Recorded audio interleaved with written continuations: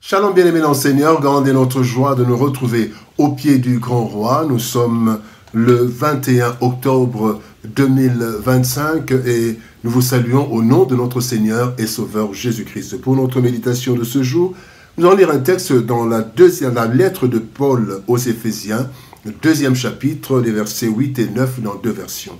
Louis II nous dit ceci: « Car c'est par la grâce que vous êtes sauvés par le moyen de la foi. Et cela ne vient pas de vous, c'est le don de Dieu. Ce n'est point les œuvres, ce n'est point par les œuvres afin que personne ne se glorifie. » Parole de vie 2017 nous dit: « En effet, vous êtes sauvés grâce à la bonté de Dieu et parce que vous croyez. Cela ne vient pas de vous, c'est Dieu qui vous donne le salut.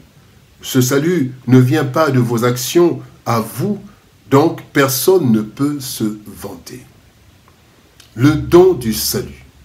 Le don du salut est le thème de notre méditation de ce mardi 21 octobre 2025. Bien-aimés dans le Seigneur, le mot salut signifie la conservation ou le rétablissement d'un état, dans un état heureux, dans un état convenable.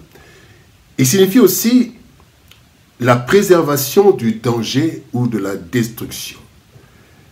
Si dans ce monde, certains sont totalement épargnés du danger, de la destruction par des dispositifs particuliers, eh bien, au niveau de l'âme et de l'esprit, personne ne peut dire la même chose, car il est écrit que par le péché d'un seul, toute l'humanité a été souillée et perdue. Il est dit: tous ont péché et sont privés de la gloire de Dieu. Romains chapitre 3, verset 23. Si les hommes peuvent sauver d'autres hommes par la science ou par opérer dans certains cas, bien-aimés, par la science ou par différentes opérations, dans certains cas, eh bien, sachons que la perdition universelle de l'homme n'a aucun remède humain. Puisque nous étions tous perdus, qui va sauver qui? Il a donc fallu l'intervention de Dieu pour nous apporter le don du salut qu'aucun être humain ne peut apporter. Voilà pourquoi le texte de Romains chapitre 3 verset 23 continue au verset 24. « Ils sont gratuitement justifiés par sa grâce par le moyen de la rédemption qui est en Jésus-Christ. » Romains chapitre 3 verset 24. Voici quelques leçons tirées de notre texte du jour. Première leçon, un don divin. Éphésiens 2, 8, le texte du jour, une partie nous dit: « Car c'est par la grâce que vous êtes sauvés par le moyen de la foi. Et cela ne vient pas de vous, c'est le don de Dieu. » Bien-aimés, le salut éternel n'est ni une initiative humaine, ni le fruit d'un travail humain. En effet, bien-aimés, voici le processus du salut qui démontre que c'est un don divin. D'abord, il y a eu l'initiative prise dès Éden. À la condamnation, il y avait déjà l'initiative du salut. Genèse 3,15 nous dit: « Je mettrai inimitié entre toi et la femme, entre la postérité, sa postérité et ta postérité. Celle-ci t'écrasera la tête et tu lui blesseras le talon. » Déjà le plan de salut. Deuxième étape, les annonces et une longue préparation de ce salut.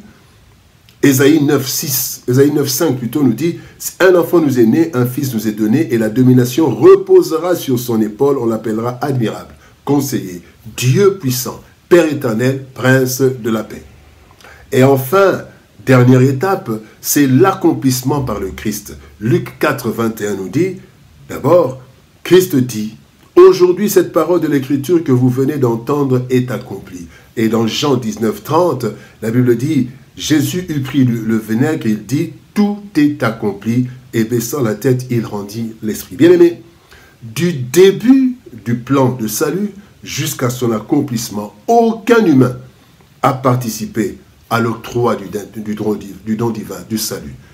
Le salut est un don divin. Le deuxième point, nous allons parler du salut comme un don pour tous.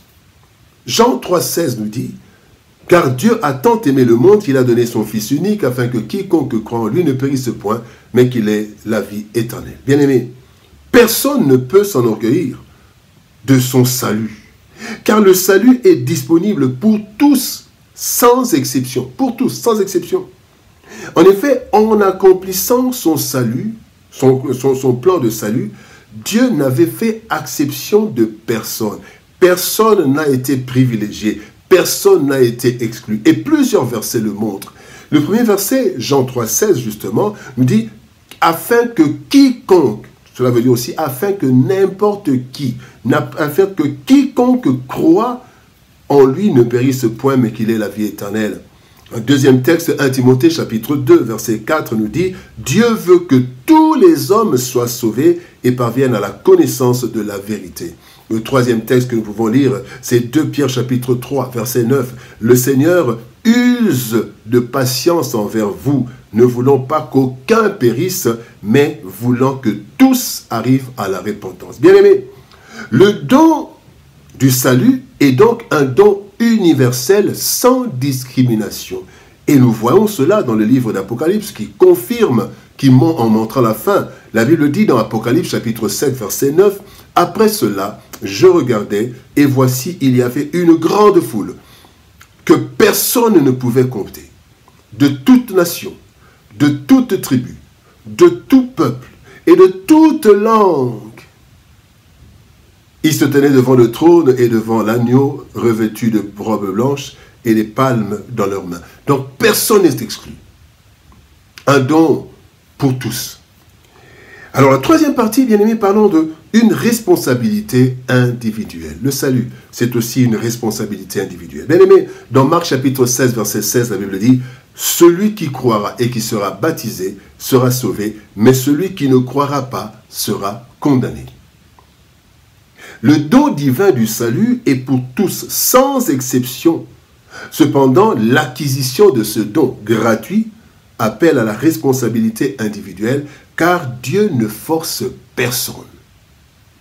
En effet, bien-aimés, le vœu de Dieu, son désir divin, est que tous soient sauvés, que toute l'humanité soit sauvée. Cependant, de la même façon que Ève et Adam avaient joui de leur liberté pour manger du fruit de l'arbre défendu, eh bien, Dieu nous laisse aussi la liberté de croire et de manger la vie qui est en Jésus-Christ.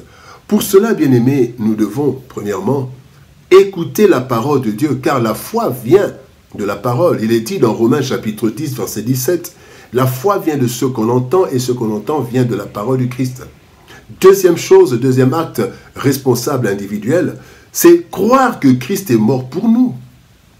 Croire en l'œuvre de Christ. Romains 10, 9 nous dit, « Si tu confesses de ta bouche le Seigneur Jésus, et si tu crois dans ton cœur que le Seigneur l'a ressuscité des morts, tu seras sauvé. » Et avant d'être ressuscité, il était mort. Troisième chose, nous devons décider de nous conformer aux exigences de Dieu, selon qu'il est écrit dans Luc chapitre 9, verset 23, « Puis il dit à tous, si quelqu'un veut venir après moi, qu'il renonce à lui-même, qu'il se charge chaque jour de sa croix et qu'il me suive. » Bien-aimés, ces trois actes principaux sont gratuits et ne demandent que notre volonté. Et cette volonté qui est même influencée par la grâce de Dieu à travers la voix du Saint-Esprit qui nous convainc. Bien-aimés, le don du salut. Nous pouvons nous mettre à l'abri de plusieurs problèmes dans ce monde et être partiellement sauvés. Mais tout salut terrestre se limitera sur la terre, alors que notre esprit et notre âme vivront même au-delà de la terre et de ce monde. Le vrai salut est donc le salut de l'esprit et de l'âme, qu'aucune action humaine ne peut offrir. Voilà pourquoi, bien-aimés, voyant l'incapacité humaine, Dieu a décidé de faire un don au nom de la grâce découlant de son amour. C'est le don du salut qui commence sur la terre et qui devient total après cette vie. Ce don est divin et universel, disponible pour tout humain, à tout âge et de toute race. Cependant, ce don gratuit, bien-aimé, disponible pour tout humain, à tout âge et de toute race, eh bien, ce don gratuit exige notre volonté et notre responsabilité individuelle de l'accepter sincèrement, de nous conformer à ses exigences et ainsi entrer dans le repos divin. C'est par la grâce que Dieu nous fait le don du salut. Prions. Père de gloire, c'est par ta grâce que tu nous as fait ce don. Tu nous as fait un don gratuit, un don universel, un don qui n'exclut personne. Et tu nous demandes tout simplement d'accepter cela individuellement. Car Seigneur de gloire, il y a assez de place pour tous. Merci de nous convaincre, Seigneur, au Dieu de gloire. Merci de convaincre ceux qui n'ont pas encore été convaincus que le salut est disponible. Tout ce que tu nous demandes, c'est notre volonté et notre action. Que nous puissions accepter Jésus dans nos vies, que nous puissions accepter ce don que tu nous fais. Aide-nous à cela, Seigneur, de gloire, par la grâce, par ta grâce et la puissance du Saint-Esprit. Au nom de Jésus-Christ, nous prions et te prions de bénir ta parole et de bénir ton peuple. Au nom de Jésus, nous avons ainsi prié, Père. Amen. Bien, Seigneur, que Dieu nous bénisse. Shalom, au revoir et par la grâce de Dieu, nous nous retrouvons demain pour une autre méditation au pied du grand roi. Shalom, au revoir et par la grâce de Dieu, à demain.